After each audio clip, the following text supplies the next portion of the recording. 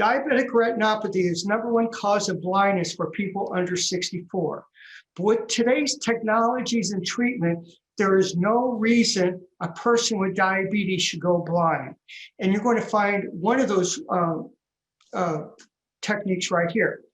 I have Norma Callahan. She's a registered nurse and a degree in microbiology and master's in biomedical engineering. She joined the Lions Club in Pacifica, California in 1994. She moved to Florida and joined the Florida Lions Club in 2002. She has held a variety of different positions in the Lions Club over the years. During this time, she started the Diabetes Awareness Program in 2008. In 2014, she founded the Florida Lions Diabetic Retinopathy Foundation.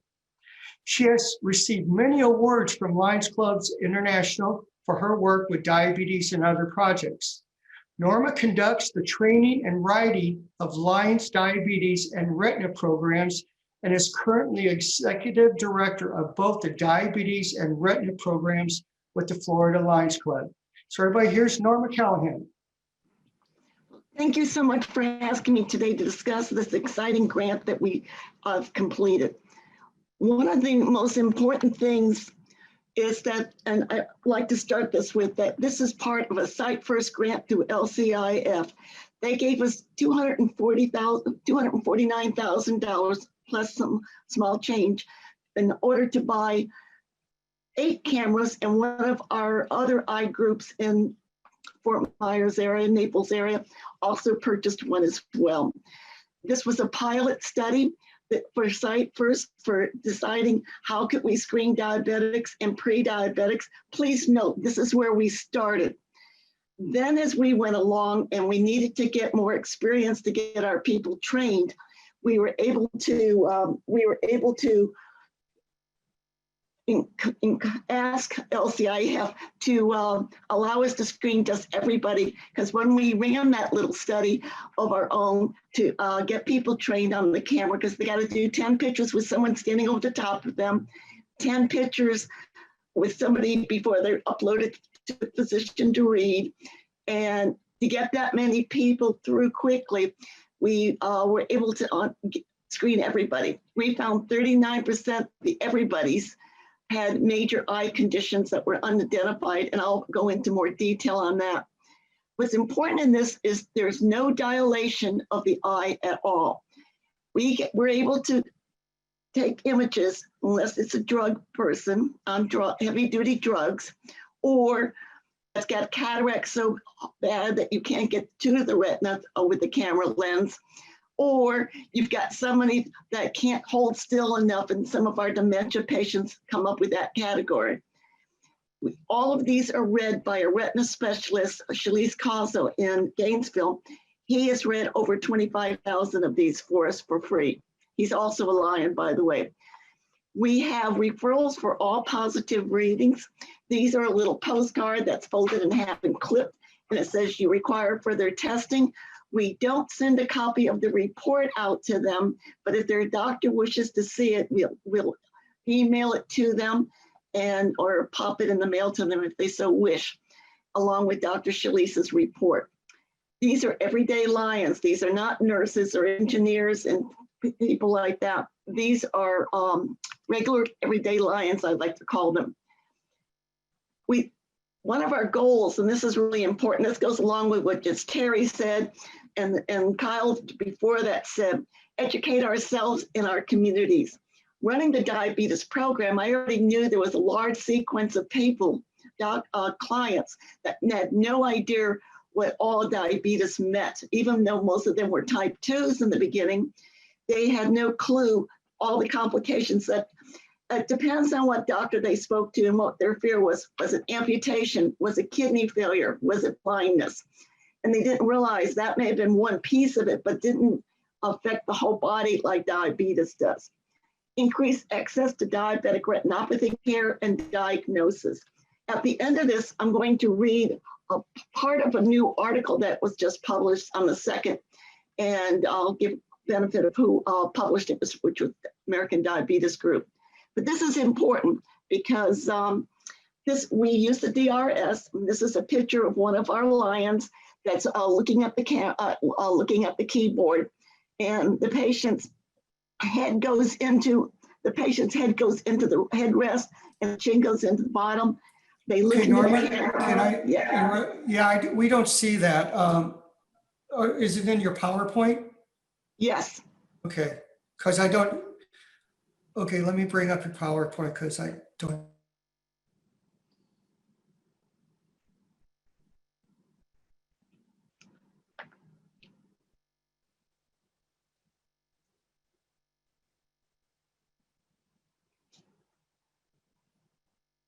Were you able to get it?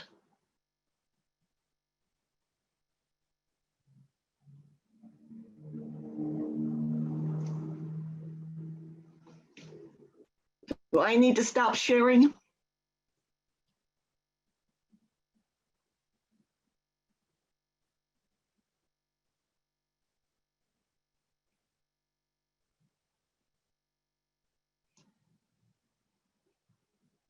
Are people able to see this one?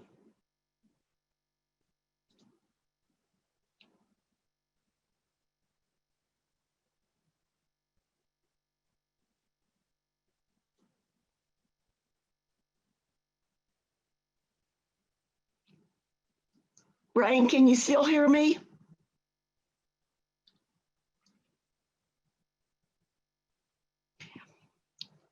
Anyway, in case you can't hear me, this is one of my retina screeners. Yes, I'm sorry, you couldn't hear me. You're not getting the PowerPoint on your end, so if you could continue, I apologize. Okay, this is the DRS, and this is the past president of International, Carlu, and that's my retina screener, and that's me standing behind him observing. By the way, we did find problems with Dr. Carlu's readings, and of course, we sent him home with a copy of the report. This is what the keyboard looks like. This shows you that you put the patient's name in. The date of birth is really critical because we have a lot of Jose Garcias and John Smiths and people like that. This way we embed it into it because it's encrypted.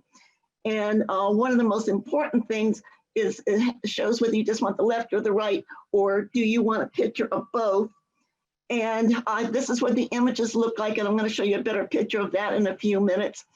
And sometimes we need to go back and reshoot one of them. The patient may have blinked during the procedure, or he may have a cataract in that eye and we can't get through it. So sometimes we'll have him sit with his eyes shut for a few minutes, and then we take the picture.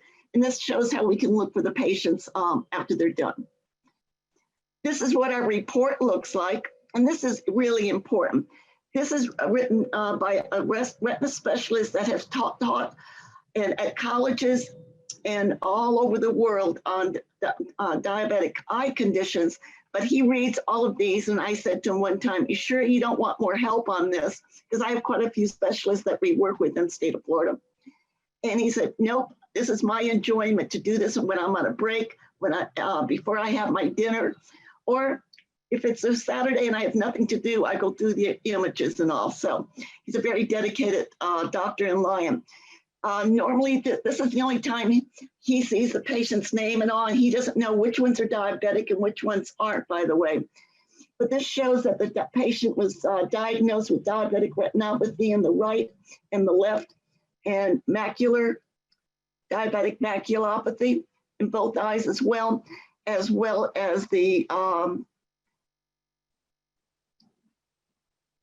laser treatment. You can sometimes look like little X's on the images and all.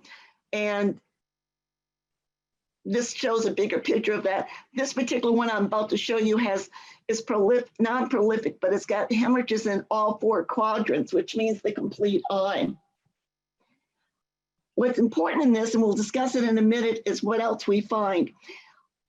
I cannot show it to you real well, but basically anything that looks like a little dot on it that's red is diabetic retinopathy usually, or hypertensive depending. And the white little spots there are what we call drusen, which is early macular degeneration. This is a little bit easier to see the red on these, the little red dots and all. And I wish I had my laser with me. And this particular patient has severe. He came back, let me tell you quickly, this was done, don't laugh now, at a car show up in the Panhandle. And we took the picture. He came in, he says, oh yeah, I don't control my diabetes well. He was right, his blood sugar, because we always take blood sugars when we can, when we're doing diabetic retinopathy screening. His blood sugar was high, or 600 on the meter. And I had a long talk with him, and I showed him the pictures, and I pointed out all the bleeding and all the little red spots and all. And he said, what do I need to do? I said, you got to get your A1C under control. You got to change your diet. You've got to get off the white breads. And I went through the whole nutritional thing. And then I said, but you need to see a doctor right away. Do you have insurance? And he says, no. I said, I will email you an address and phone number for you to contact. And this particular doctor we were using up in the Panhandle has a sliding scale for these patients. So everybody is able to be seen. That was one of the questions first asked by LCIF.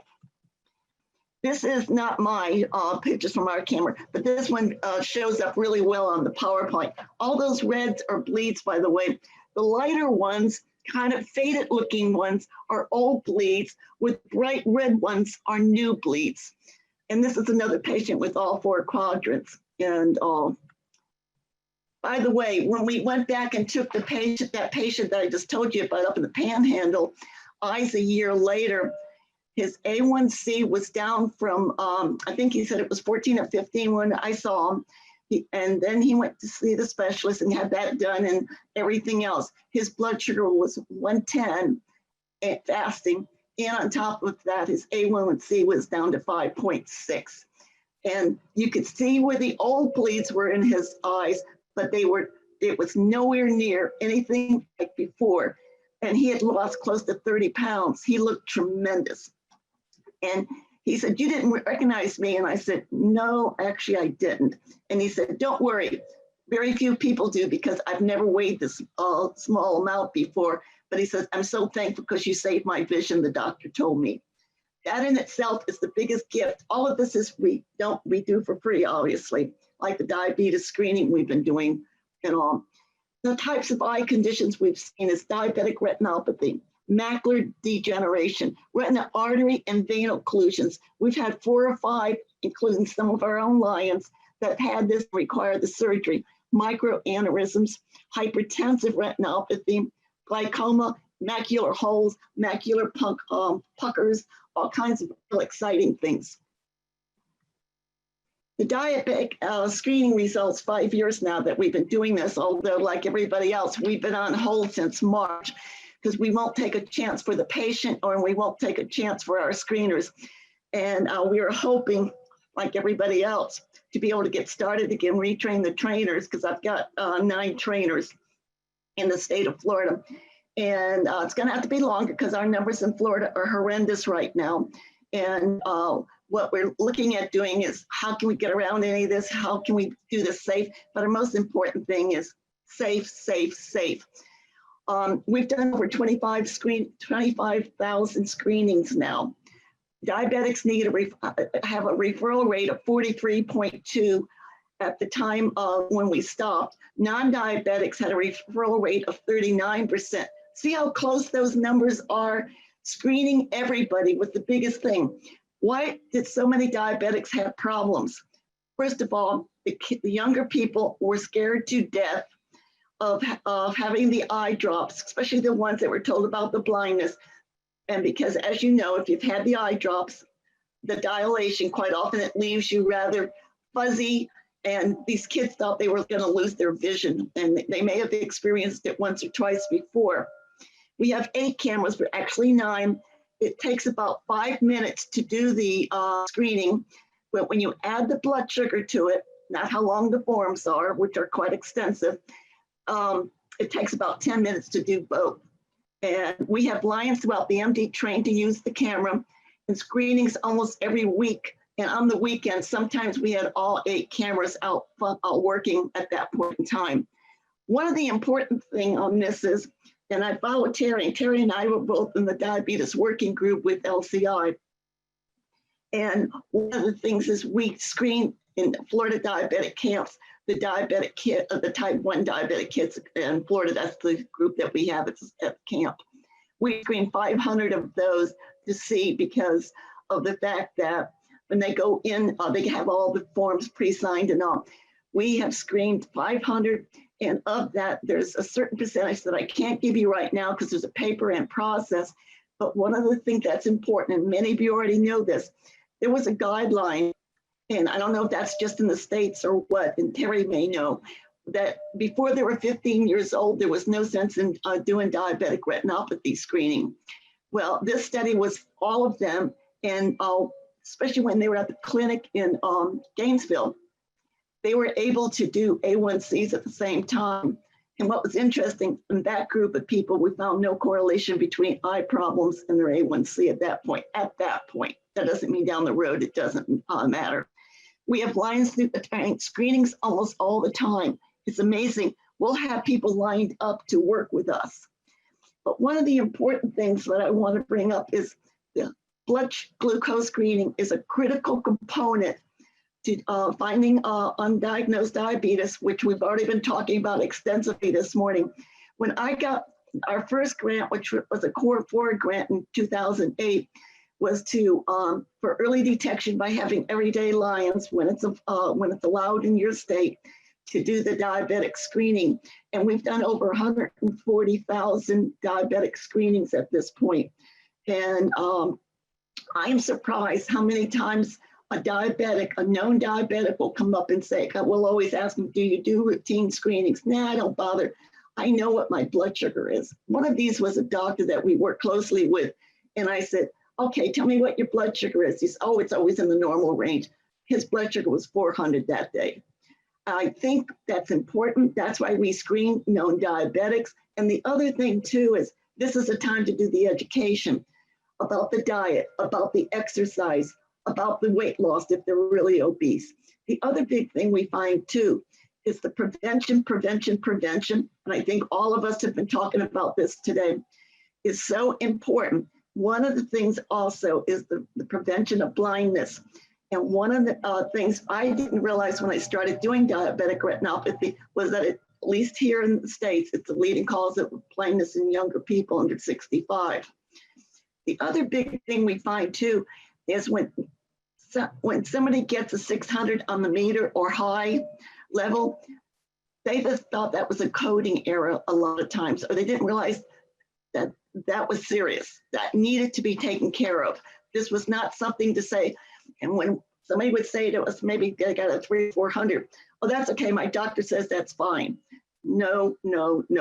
And like the other speakers, all of this education is critical.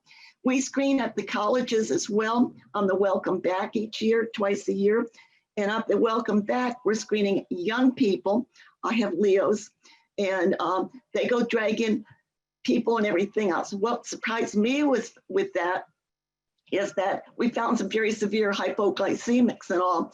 So severe that we end up the second time we retested them to send them to see a doctor to see if they could stabilize the blood sugars. Because some of them had blood sugar so low that even a Mountain Dew, I don't know if everybody knows what that is, but it's a pure sugar drink, wouldn't even touch it. But the other big thing too is that this is a good way to educate the young. A lot of them would bring their parents in to be screened. And the other big thing was that a lot of them made friends with the janitors and the other staff. We found in the colleges, 50% of the staff, such as janitors, were undiagnosed diabetics. Remember the level they talked about, the poverty level? That's that group. These guys don't make a ton of money, and a lot of them may have insurance, but they had no indication to go see a doctor, so why would they bother? A lot of times it's the men too. I'm not being biased. How can you help? Raise awareness. I think all of us has pressed that over and over today. Host a blood glucose screening when you're allowed to. Host a retina screening. This is so critical. Keep all these in mind when you're looking at your budget, because I use this for regular training. The other thing too that was asked to us by LCI, this took me 3 years to write that grant, was tell me what are you going to do when the grant money runs out? And what we did is we made life memberships. $100, you get the pretty pin, you get a certificate, and it allows us to maintain ourselves. In the beginning, and we still at this point, depends on when we get started again, found that we absolutely had to have help from the Diabetes Awareness Foundation to support this, because it's a fairly new entity in our district, multiple districts. The other big thing is the kids at the diabetic camp loved the camera because they didn't have to have their eyes dilated unless we found something, and then they were told to see. But the ones through the camp are usually run by the endocrinology group in the Gainesville. And what was interesting was most of the endocrinologists are diabetic, type 1s, which I thought was really interesting. That's my website. It's not mine, it's the foundation's. I want to read this, and I know I'm close. Spotting the symptoms of diabetic retinopathy. This was in the Diabetes Pro Smart Brief. That's each month, but sometimes it's 2 or 3 times. Right now, I'm one behind. That was published in November 2nd. The condition affects nearly 8 million Americans, and that number is expected to double by 2050. But most adults don't know the facts about diabetic retinopathy. The survey of 1,000 US adults by the American Society of Retina Specialists found 47% didn't know that blurry vision, central vision, can be a sign of diabetic retinopathy, and only 37 knew the meaning of spots and floaters as a symptom. Most people, the type 1 and type 2 or gestation diabetics, at risk for diabetic retinopathy, but the other risks were not well known. These 64% did not know that high cholesterol on these images, by the way, it looks like a yellow where the blood color should be, but the red color should be, it's yellow. High cholesterol levels is the risk of diabetic retinopathy. 48% didn't know that hypertension was the risk of this, as well as hypertensive retinopathy. Diabetic retinopathy is a preventable cause of blindness if identified early and treatment started. All health providers who care for diabetic patients should be emphasizing the importance of the regular dilated eye exams to identify diabetic retinopathy at an early age. Many patients with sight-threatening diabetic retinopathy, are you ready for this one? Have excellent vision and no symptoms. That's why when we show them, when we have a positive reading, we show them the picture so that when they go to their doctor, they know what it looks like. And we're hoping that helps them understand they've got to get it under control, which is ideal time for the retina specialist to begin treatment.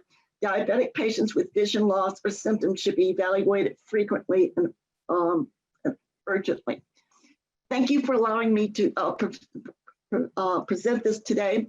And it's a lot of information in a short period of time. You go to our website, my email is there, and basically, and that's our Diabetes Foundation too. Please let me know if there's questions I can answer or anything else. Brian? Norma, can you hear me? Yes. Okay, I got a comment for you. It says, thanks to Dr. Norma, my retinas are better because of the diabetic retinopathy screening program. So you must have did something right here. All right. Oh, we have a lot of patients, and we get thank you notes. Sometimes we get donations. And what's most important is we go into the Hispanic healthcare affairs. I'll make this fast. We go into the underprivileged. That Terry's been to the one we do out in Bonita Springs. It's actually not the name of the camp, or the migrant camp. And these are migrant camp, and many are illegal. And they do all the other vision things, and we do both diabetic screening and we do the retina. They've got more like a 60% hit rate in that group of people. And we've got doctors in that area that will take care of those patients for us. But thank you for asking me. All right. Thank you so much, Norma.